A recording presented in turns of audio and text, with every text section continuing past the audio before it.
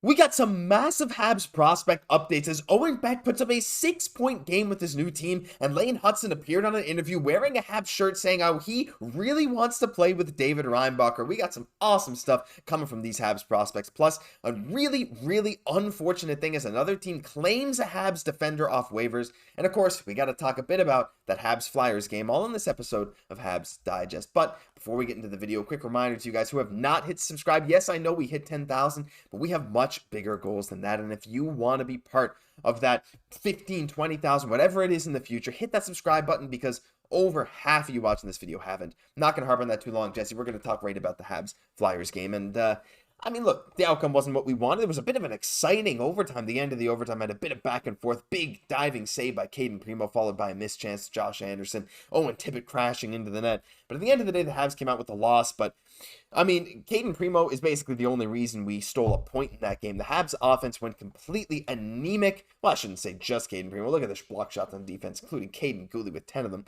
But the offense went anemic. Yes, Sean Monahan got a nice early goal within the first 5 minutes of the game. Slafkovsky had what we thought was a goal on a point shot from David Savard, but it turns out it hit a Flyers defender and went in. He could have had a very nice night for himself.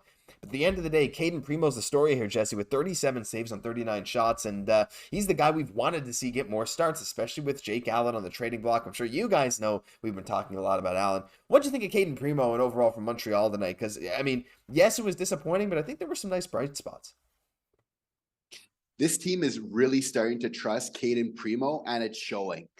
Really nice to see that, kind of being able to play a little bit looser. Like, it was so nice tonight, just kind of expecting Cayden Primeau to really make those saves. So playing really solid and then kind of improving on some of the things that he needs. So you could say maybe the rebound control was maybe one facet of his game that he would need to improve on.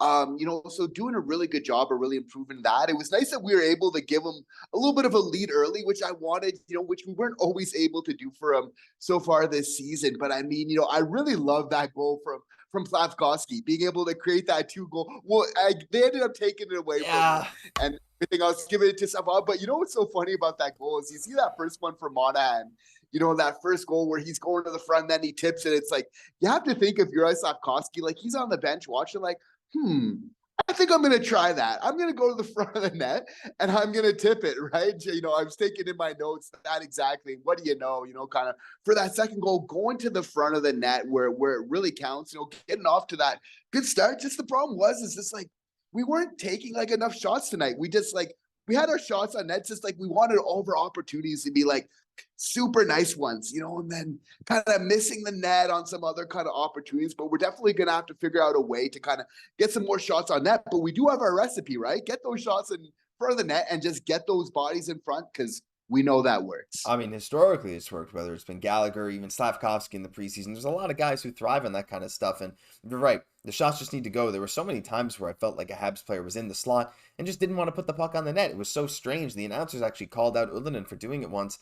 But yeah, like the shots need to come. You can't finish a game that went to overtime with less than 20 shots, I think. It was just kind of sad to see. And Philadelphia's goaltender, I forget his name, apologies, it starts with an E, forget. He made 0 saves in the first period because it was Montreal had 2 goals on 2 shots in the first period, and then proceeded to not score for the rest of the game. And the shootout, what used to be Suzuki shootout specialist, has a couple of times now recently, he's just not even been able to get a shot off. Caufield got stoned, and Ullinen, for the second straight time in the shootout, makes a filthy move to get a wide open net, but misses the net. I don't know what's going on. I don't know if it's the confidence getting sapped. But again, Jesse, we got a point. Getting a point in the team's one of the worst games we've seen in the last number of weeks from Montreal, let's be honest. Stealing a point in a game like that still feels pretty good. For sure. We're right there with, a top team in the league once again. And for me, this is one of these games, like, I don't feel bad at all about kind of stealing a point tonight very much.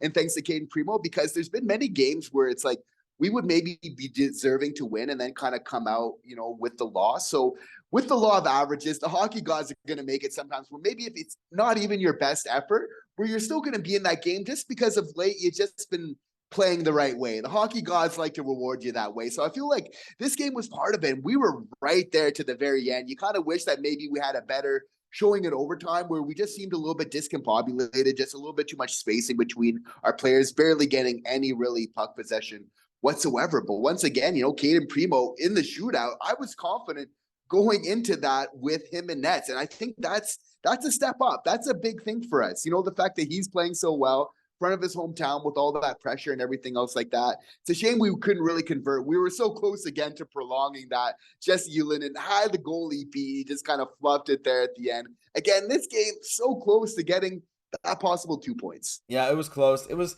a fun game, despite the Habs not really having many chances. It's always fun when it goes to overtime. But yeah, good, fun game, nice game. Slaf almost had a goal. Is what it is. We take the 1 point and we move on. But let's move into topic number 2 today, Jesse. And we got some good stuff to talk about. Actually, we're not going to talk about that. We're going to talk about this first. And it's the Gustav Lindstrom news. And talking about Gustav Lindstrom, well, a lot of you guys know he was placed on waivers yesterday to open up a bit of a roster spot. And maybe we think it's for Raphael Harvey-Pinard. It is what it is. But Anaheim claimed him. And we all know we actually saw Jamie Drysdale today playing for Philadelphia. Of course, he was part of the Anaheim-Philadelphia Cutter Gauthier trade after Cutter Gauthier said, I don't want to play for Philly. Interesting stuff. But Jamie Drysdale, right-hand shot defenseman, left Anaheim in the deal, so it left Anaheim with a bit of a gap, and they decided to claim Gustav Lindstrom. It makes sense, but if there's any silver lining, as Marco D'Amico points out, the silver lining is the Habs now gain an extra contract slot in case they want to add players at the trade deadline. And I thought that was a really interesting point, Jesse, because I'm upset to lose Gustav Lindstrom for nothing. I'm not going to lie. Of course, he was sort of the main return in that Jeff Petrie trade. Yes, I know we got draft compensation, but he was a player, and he was a guy that was playing for the Montreal Canadiens, and now he's just gone for nothing just to make room for another player. It just kind of hurts. I know the Habs had to do something with their decor, and I know it's not easy just to trade someone for some kind of future asset, like on the fly, whenever you want to, but it still kind of hurts to see that exactly what we expected happened, and Gustav Lindstrom got snatched up. And that's because he was a former first pairing defenseman for this team. That's true. Yes, that's right. He did play a game with Michael Matheson paired with him on that first pairing. And I mean, he was pretty solid for the most part in his time there, being able to contribute offensively as well. So obviously the Anaheim Ducks were able to notice that, right? So probably a little savvy kind of depth pickup for them.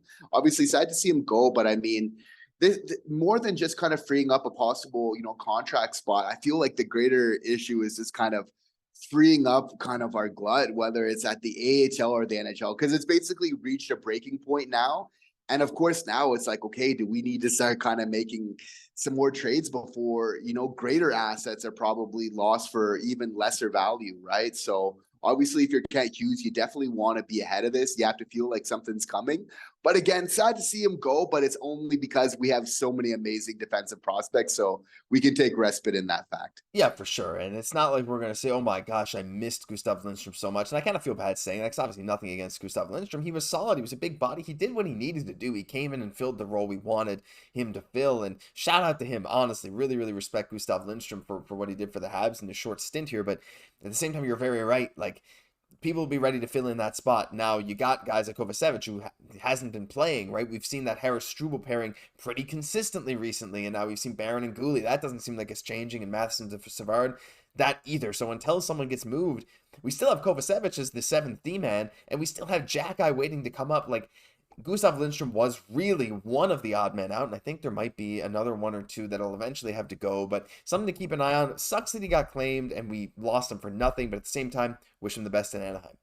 But we got to move on to the future, and not just the now, because there's a lot of stuff coming in the Habs future, and I accidentally flashed this up earlier, but we'll talk about it now. There's a lot of big Habs prospect stuff, and we're going to start with Owen Beck. Now, if you guys have been following the Habs closely, I don't think we really talked about it, but you guys will know that last season, Owen Beck got traded from the Mississauga Steelheads to the sort of contending Peterborough Petes. And now this year, Peterborough wasn't doing as well, so we got traded from the Peterborough Petes just a few days ago to the Saginaw Spirit, and what a debut he had. Oh my goodness. His first game with the Saginaw Spirit, 2 goals, 4 assists, 6 points for Owen Beck. He just looked purely dominant. Solid defensively too.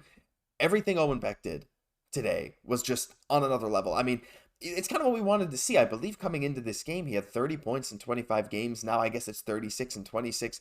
Owen Beck is doing stuff that we really wanted to see. We really wanted to see these offensive flashes from him, and we're finally starting to see it. Maybe this is a sign that with a bit of a better team and some better teammates, he could really show his offensive potential. Yeah, definitely. The team that you're part of, your scenery, is definitely a big part of your success. So amazing to see him off to such a great start. Of course, the Saguenay Spirit are looking to be a contender this year. So maybe he's planning on going for a run and everything else. So amazing to see him off to a great start because we know what we has defensively, but we just want to see that offensive part of his game, right? For so many prospects, we kind of talk about like, okay, you're good offensively, but improve, your defensive game. Of course, it's kind of the opposite right now for Owen Beck. We know what he can do. We know this guy's probably going to be a solid, bottom six, player in the NHL. The question is, can he be a top six? Mm-hmm.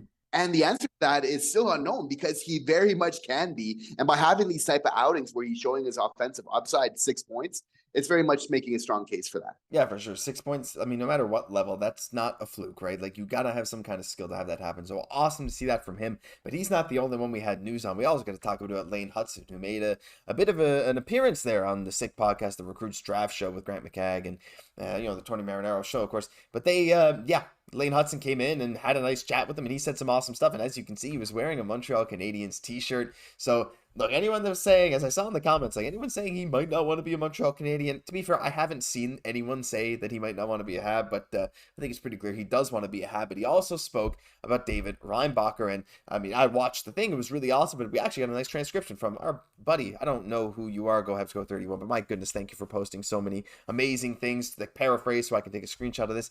He says, our chemistry didn't start on the ice, it started off the ice. It was good getting to know him, show him how the camp works. He's a pretty funny guy, one of the nicest kids ever. Maybe it's a glimpse of what we could be in the future, hopefully. Lane Hutson on David Reinbacher. And that's something a lot of Habs fans have been hoping for, right? With all this defensive logjam, but just, at the same time, there's a lot of guys that might be expendable. Hutson and Reinbacher are the D-men of the future, along with someone like a Guhle or maybe a Barron or a Xhekaj, but these are the hyped guys, right? Lane Hutson is the star prospect. David Reinbacher is the 5th overall pick, also star prospect.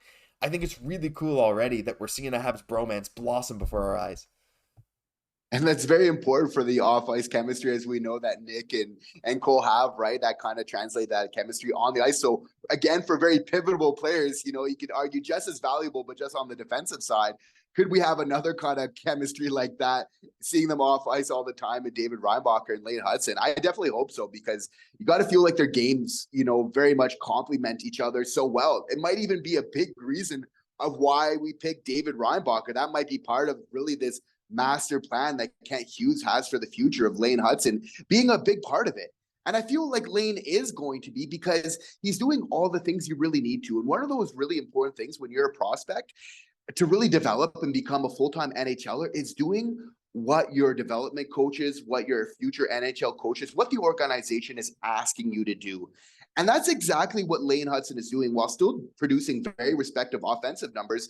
It's taken, in a way, a slight step back just because he's improving his defensive part of his game in so many ways. I'm so happy to see him really taking what his coaches are saying seriously. And David Carl, his coach quite recently at the World Junior Championship, was actually just mentioning that he's the type of player that affects the game both with and without the puck just by his decision-making abilities. Mm-hmm. Now, Josh, isn't this what star players do? The ability to be able to affect the game with and without the puck, just by being able, to be so present, to make those right reads on the ice. So I really feel like this guy is just doing everything within his possibility to be a future star for this team. 100%. And I mean, there's just so many good things to talk about. I mean, not only him, but like every Habs defensive prospect, again, whether it's Hutson, whether it's Reinbacher, it's like, I mean, Hutson, again, 3-point game, his first game back from the World Juniors. He was on the All World Juniors team, right, for defenseman. He won a player of the game there. But you're very right. This headspace, right? This headspace where you can make certain decisions and confuse the other team with that is one of the most translatable skills. To be able to predict what's coming and to adjust to it and adapt to it on the fly. That's something that is, you can have all the skill in the world, but if you can't predict what's going to happen, you'll only make it so far. We've seen that so many times. It's when that mental game is combined with that skill when you see a true star blossom. So super, super excited for both these guys to be a pairing in the future. We've seen lots of stuff on Hutson. We've seen lots of stuff on Reinbacher, how he is arguably the best defenseman on EHC Clutton, hoping to see him over in North America next year. But just some awesome stuff. I know this episode's getting a bit longer, so we'll cut it there. So that'll do it for this episode of Habs Digest. But we just love talking about Habs prospects and the good things coming in the Habs organization. Let us know what you guys think of Owen Beck, 6-point night, Lane Hutson, David Reinbacher, all that good stuff down in the comment section below. I'm Josh Gosse, my co-host Jesse Poirier. We'll catch you in the next one.